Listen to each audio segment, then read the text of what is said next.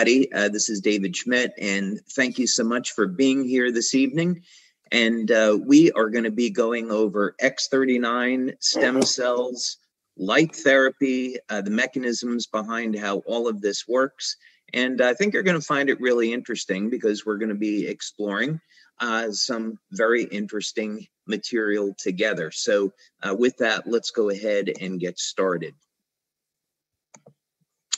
Now, I thought where we might start this evening, since there are so many scientific-minded individuals on the line today, I understand we have quite a few healthcare practitioners on the line with us, thought I might dig a little bit deeper into this presentation on the science than what we might normally do. So when we're talking about light therapy, what is so exciting about this is the idea that we can trigger very specific biochemical changes in the body with light. And we think about this, this is really extraordinary. If we looked at the pharmaceutical model, we know that a pharmacologist could spend their entire career, they could spend 20 years trying to figure out how to engineer and create a new drug to activate a specific receptor in the cell to produce a specific effect. So what's exciting about this is that we can use light to initiate biochemical changes in the body. And of course, because we're not introducing any foreign chemicals, there aren't going to be any side effects to this. So let's dig into this in a little bit more detail. How exactly does this work? Well, first thing is we often use the analogy that everyone accepts that you go out in the sun and sunlight is going to trigger a release of vitamin D. So very clear example that we all know to be true of how light will cause a chemical change in the body. This area is known as photobiomodulation. And one thing that's very interesting is that if we go back 10 years ago, the biochemical mechanisms for photobiomodulation, or another way we can think of it is low-level light therapy, the biochemical mechanisms weren't really very well understood. If we go back 20 years ago, light therapy was relegated to the area of quackery. Traditional scientists thought, no, this is a placebo effect, there's really nothing to it. And today, with over 5,000 clinical studies that have been published with people like Dr. Michael Hamblin at Harvard University doing pioneering research. Dr. Hamblin has over 400 clinical studies that are published. The mechanisms by which light therapy works and produces these changes are very well understood.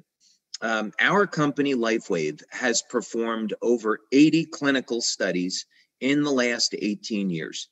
So we have created an enormous body of scientific research that tells us how the patches work. Okay, well, let's just start over here. We see we have different wavelengths of light. And in this example, the wavelengths are in the near infrared band, but we can see cellular change in the visible band of light as well. But what's generally accepted is that, and what has been demonstrated and shown, is that wavelengths of light in the near infrared are going to increase production of cytochrome C oxidase.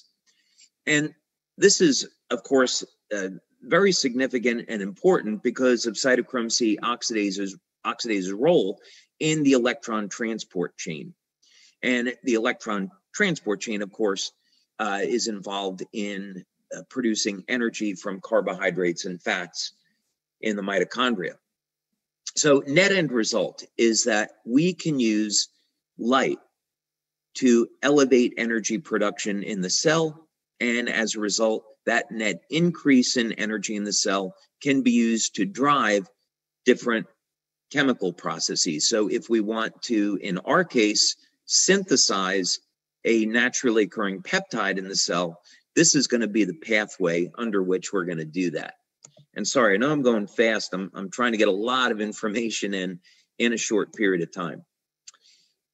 Now, as I mentioned, there are thousands of studies that are going to be in the literature. We're not going to have the time this evening, of course, to do an exhaustive accounting of all those studies.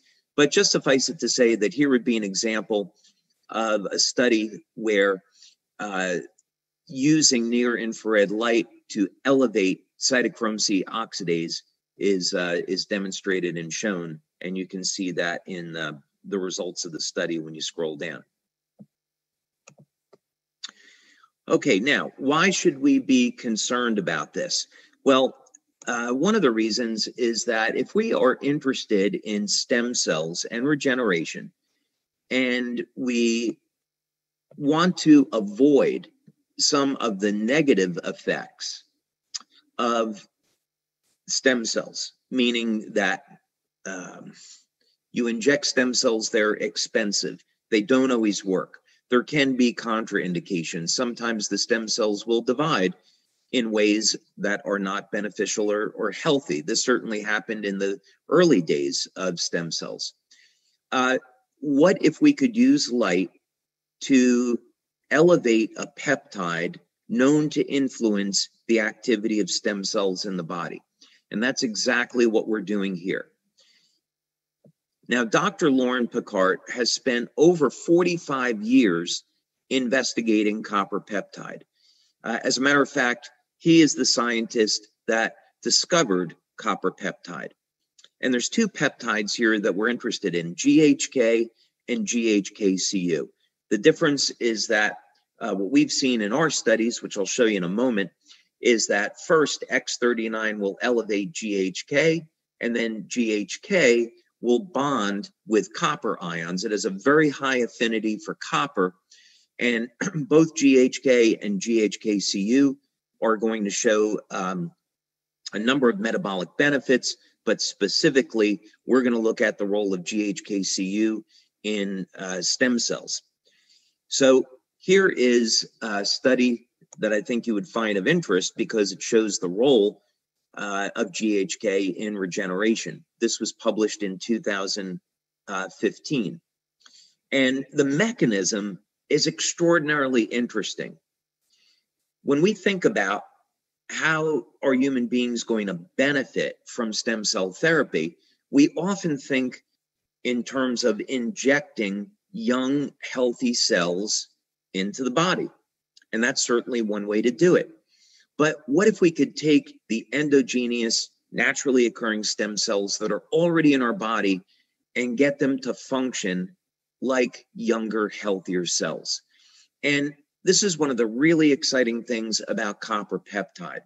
You can see here that one of the things that was discovered by Dr. Picard is that about 4,000 genes are regulated, either up or down regulated, but essentially resetting those genes to a younger, healthier state. So this means that the stem cells can behave like younger, healthier cells. Here's a later study that was published in 2018.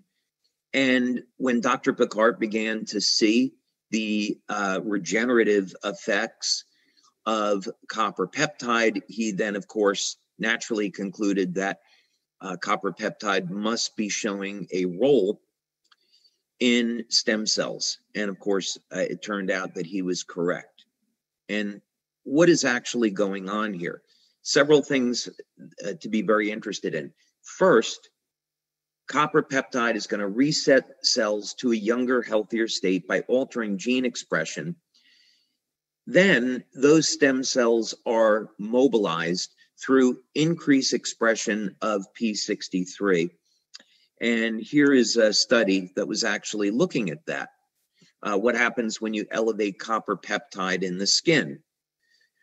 Now, not only will copper peptide increase the ability of stem cells to get to an injury site, but in addition, copper peptide has been found to revert the stem cells in the skin to pluripotent stem cells.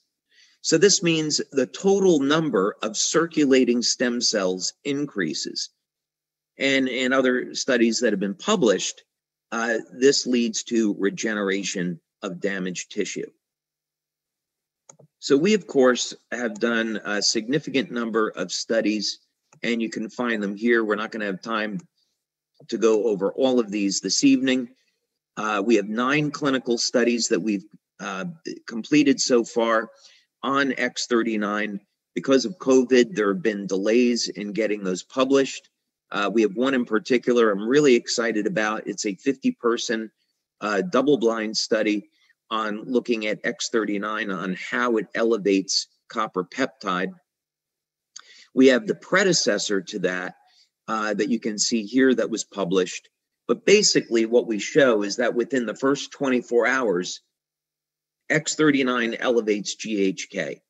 And this is why when you look at metabolic studies that we've done on X39, it shows that most people are going to start to feel results in as little as 24 hours, and vast majority within the first 7 days. Okay, let's back up a little bit here.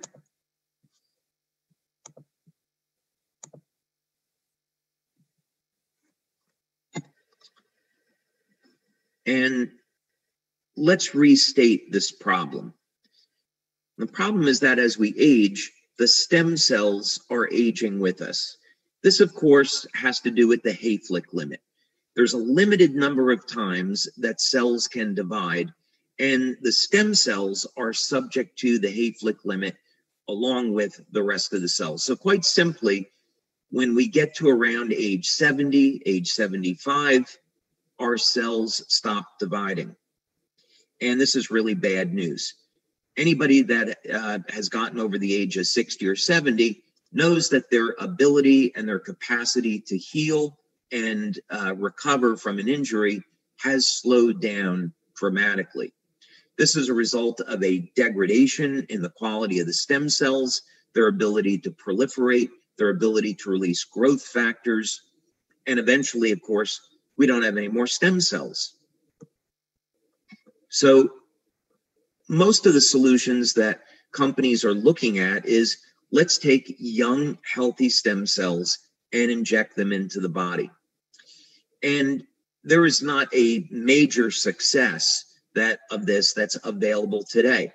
Most governments have not approved stem cell therapy. There's only very limited approvals. Most of this has to do with bone marrow transplants. And that's because there are significant risks that are associated with injecting stem cells. If they don't divide the way that they're intended to be used, they could divide into cells that are not supposed to be in the tissue where they are injected. So for example, in Japan, there has been ongoing research into Parkinson's disease. And there's a human study going on right now where a needle is inserted into the brain and stem cells are injected directly into the brain. Well, when this research first started, stem cells divided into muscle tissue, liver tissue, hair, and the animals ended up dying because the stem cells divided from a pluripotent state down into a multipotent state that was not desirable. The division was uncontrolled. So these are some of the risks associated with stem cell science as it is today. But of course, that's going to change in the future. So what we want to do is make stem cell science affordable, safe, effective, and available to everybody. So how are we going to do that? Well, as Robin was saying, I have over 100 patents now. I reached that milestone this year. Those are 100 issued global patents with many more that are pending. And over 70 of those are just in the field of stem cells and regenerative medicine. And we've spent over $4 million over the last 12 years in developing X39. And research, of course, is ongoing as we find new ways to utilize our technology with respect to stem cells. Some of the early research we did was with the National University of Ireland in Galway at their Regenerative Medicine Institute. This research was actually funded by Scientific Foundation Ireland. And Remedy, by the way, and NUIG is in the top 2% of universities globally in the field of stem cell research. So when you go over to the west coast of Ireland and you're at this institute, you can find all of the major healthcare companies doing research there. In any case, this is a technology that I invented and we developed at our laboratories in San Diego. And this is a novel form of electromagnetic therapy that we have shown can mobilize and activate stem cells. This was a standard rabbit model that we used after we went from our initial laboratory work. And the goal here was to see if we could upregulate or increase the rate of wound healing in these rabbits. So a diabetic ulceration was formed over a period of 7 days. And then we had a control group and a group that was treated with this electromagnetic coil. And we looked at the rates of regeneration. And in this very first trial, we were able to hit statistical significance and see that just using energy, we could activate the stem cells. We didn't need to use a stem cell injection. Now, what was also really significant about this study is that when you apply stem cells directly to the site of a ulceration, the rate of wound closure is identical to applying an external electromagnetic field. So this was the first indication that we had that you didn't have to give a stem cell injection. And that was really exciting. We could use energy to activate the stem cells in a body and accelerate wound healing, plus all of the other amazing benefits associated with stem cells. Now, at our labs in San Diego, we use a standard stem cell model. This is a planaria, and planaria have remarkable regenerative capabilities as a result of the sheer number of stem cells that are located in their bodies. And when you cut off the head of a planaria, it will regenerate in 17 days. The stem cell community is trying to figure out how could we get that down to 15 days? If we could do it maybe in a planaria, maybe we could do it in human beings. Well, this technology that I just showed you, we were able to get the regeneration down to 8 days and then eventually under 1 day. So imagine that, being able to regenerate the head of a worm in less than 1 day. What if we could apply a technology like that to human beings? That's going to be, of course, our ultimate goal. But this technology is very expensive, and so we want to be able to offer an affordable way for people to activate stem cells. So how do we do that? And how would this technology work? I'll take a glass of water.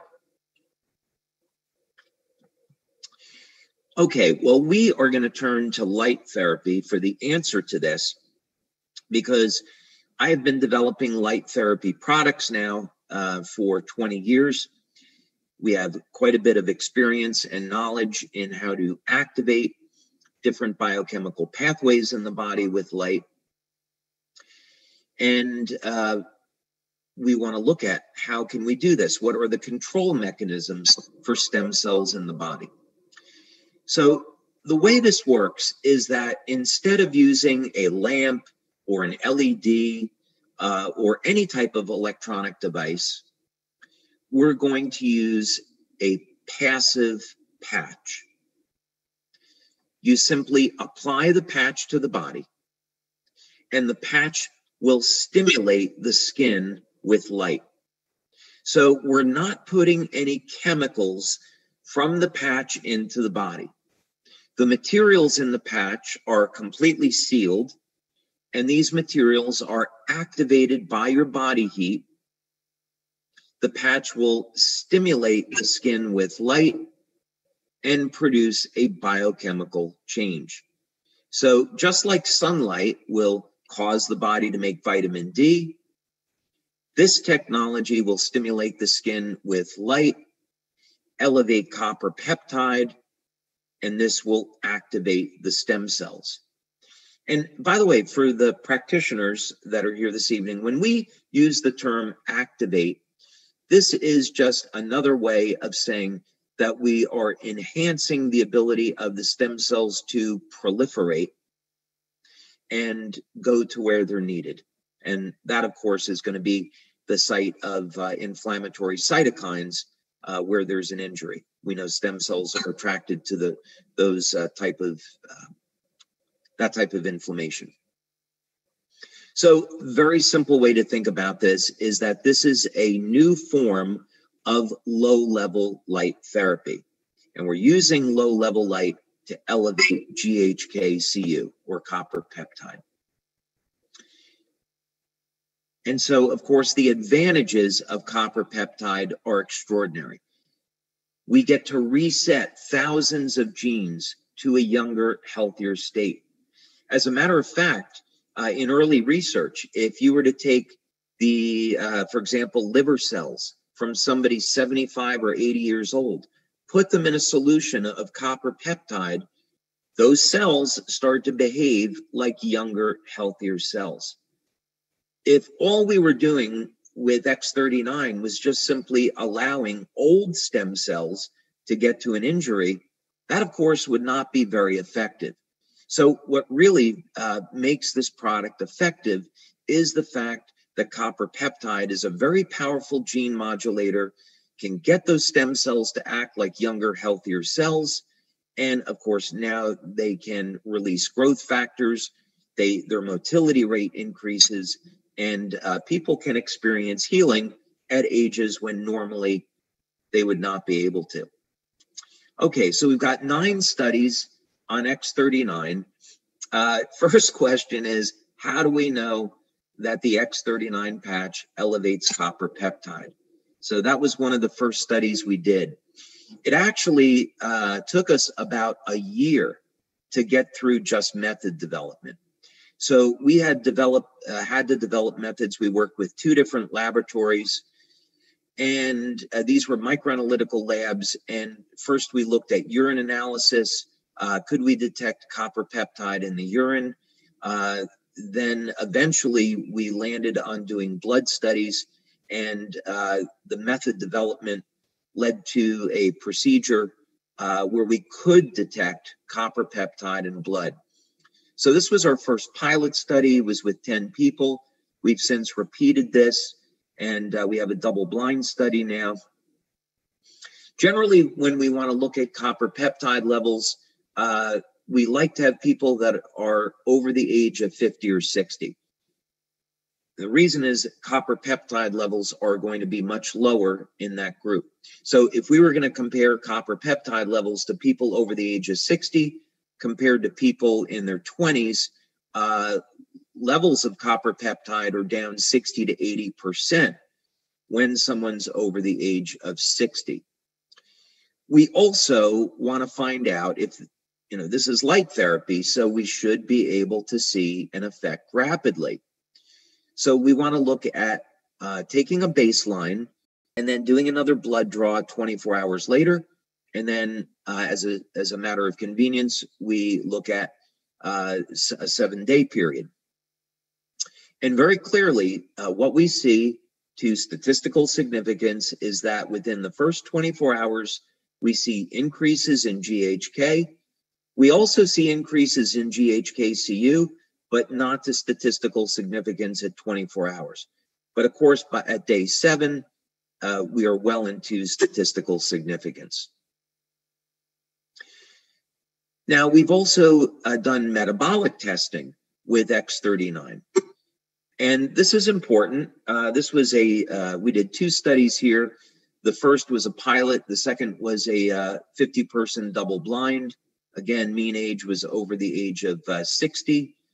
And we want to look at short-term benefits. What happens to the metabolism in the first 24 hours and in the first 7 days.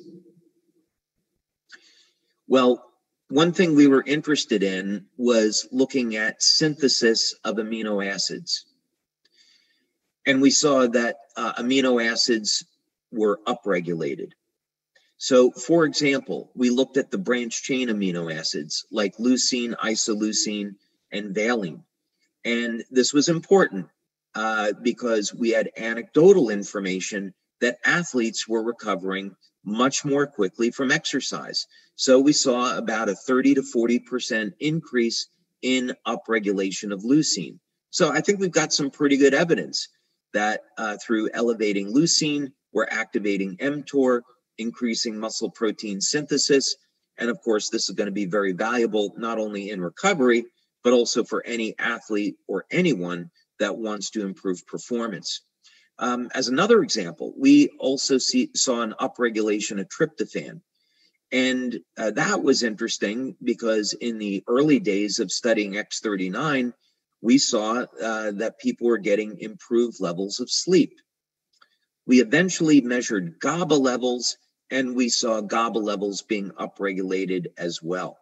So we indeed were able to determine why people were experiencing improvements in their quality of sleep. We also saw improvements in memory with X39, and I'm going to show you another study, a separate study that we did looking at the brain.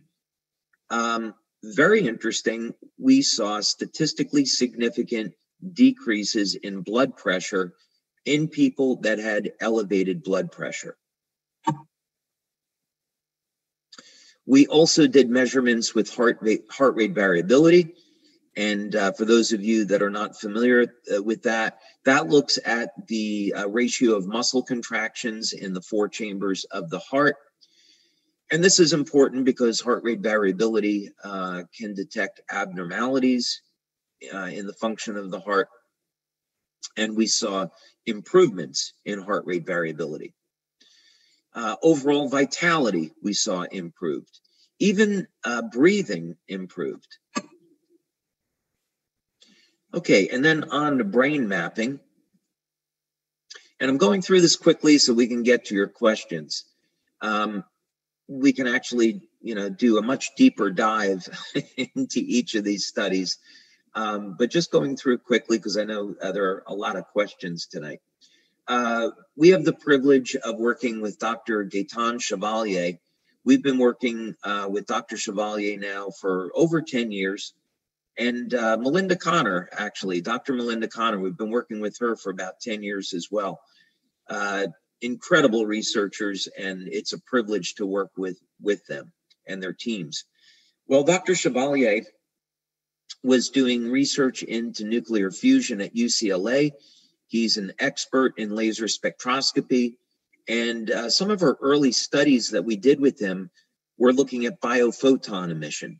And we saw that with our LifeWave energy enhancer patches, we could actually bring the cells into greater coherence, and this would improve biophoton emission from the cells. So this is a very powerful anti-aging effect. We also had run a study looking at upregulation of mitochondrial function. We did that study with Dr. Frank Schallenberger and Dr. Homer Nazaran at the time. Dr. Nazaran was at the University of Texas in El Paso, their biomedical engineering department. And so we saw directly that stimulating the skin with light would increase mitochondrial function. Any case, in this study, what we wanted to do was use a P300, it says here P3, it was a P300 EEG brain mapping system. This was the pilot study. There were some delays in getting started with the double blind because of COVID, but now the double blind study on this is underway. One thing that's important is that all 12 people in this open label study had dramatic effects. And we worked with people over the age of 60. And this is really significant because we would not expect, even with the effects of neuroplasticity, we would not expect to see changes this dramatic in a section of the population that is over the age of 60 and 70. But here at session 1 is baseline, session 2 is at 3 weeks, and session 3 is at 6 weeks. And what's happening is that the brain is shifting into a greater state of coherence. If we want to solve the problem of aging, the problem of aging can really be thought as a state of our bodies going from perfection, from the divine design, from a state of coherence and balance into a state of disorganization. And we see this over time, the degradation of the structure of the cells. Well, what would happen if we could reverse that and bring greater coherence to the cells, and of course on the macro level as well? And this is what we see with our products, that they establish greater coherence, and this is some proof of that. Here's the 67-year-old man. Now, I want to highlight the difference between these two, because most people are going to see results with X39 within the first week, and their first month using the product, most people are going to get great results. Some people, however, require a little bit more time, maybe about 10 or 15% of the population. So if you have a patient that's using X39 and they don't see the results the first 3 or 4 weeks, that would not necessarily be unusual. You can see by session 3 here at 6 weeks, already there's a very significant improvement as compared to baseline. So some people are going to take a little bit longer, but it's only about 10 or 15% of the population. Okay, and then just moving quickly now, many of you might have already seen these testimonials, so we'll go quickly through them. But some of the dramatic effects we see with X39 are in the area of wound healing. So sometimes it can be a scar that's more than a year old. Even we've had people with scars that were 18 years old. They still saw a dramatic reduction in the appearance. Or here, this is just after 2 weeks on a more recent scar. X39 can be applied behind the neck, below the belly button, and it will produce a systemic effect. Some people prefer to put the patch at the site of an injury, and of course, that's fine too. So this is a young man who had a job interview coming up, and he was in an accident, and you can see within 5 days, he experienced a dramatic result. This one's really extraordinary. I was meeting with a doctor yesterday, and we were discussing a study on X39, and I showed him this picture, and he was absolutely blown away. Here's a gentleman that was in a car accident, nearly lost his hand, and yet 2 months later, virtually no sign of that injury. So this is the power of resetting stem cells to a younger, healthier state. This is also, I mean, just incredible. This is a young boy, 9 years old in Denmark, caught his finger in a door, had it severed off. The doctors reattached it. You can see initially it turned black. The parents applied X39, and only 2 months later, the finger is back to normal. The doctor was astounded and said they didn't think that this was possible. And even still, they would have expected more like a 9-month recovery. Now, of course, stem cells, while they do a great job with wound healing, they certainly have very, very powerful anti-aging effects. And one of the things that stem cells do really well is make collagen. Of course, collagen is the most abundant protein in the body. And we know that as we age, there is a decrease in our levels of collagen, and hence this is going to lead, partially, that's going to lead to formation of lines and wrinkles. And this is a woman, her name is Mandy. She is in Australia, and you can see very dramatic result after 6 weeks. And she was thrilled with the results. She continued to use X39, and you can see dramatic change after 1 year.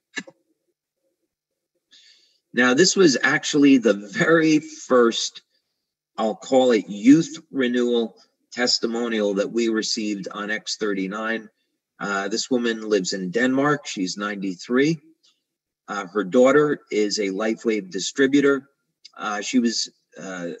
The mom here was dealing with a number of very significant health challenges. And so the daughter gave her X39 in the hopes that it could help support her health. And everyone was truly shocked at the transformation that she went through in only 2 months. So this is all to say that through our research and through practice, we have found that you don't have to have injections of stem cells, that activating the stem cells with copper peptide can lead to remarkable health benefits. One area that we are interested in exploring actually is, well, what happens when you elevate copper peptide and you give a stem cell injections? Would the benefits be even greater? That's an area that we tend to explore in our clinical research. We tend to feel that there could be some synergies there that are really worth exploring.